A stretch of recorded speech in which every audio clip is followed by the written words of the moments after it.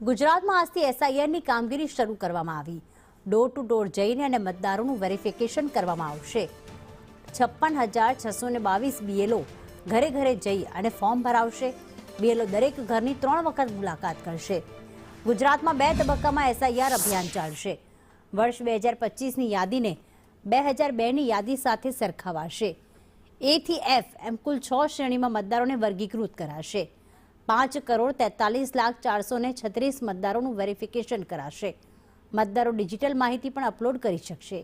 ખોટી માહિતી આપનાર સામે કડક કાર્યવાહી થશે। ચૂંટણીઓમાં થતા બોગસ વોટિંગ અટકાવવા આ પ્રયાસ કરવામાં આવી રહ્યો છે।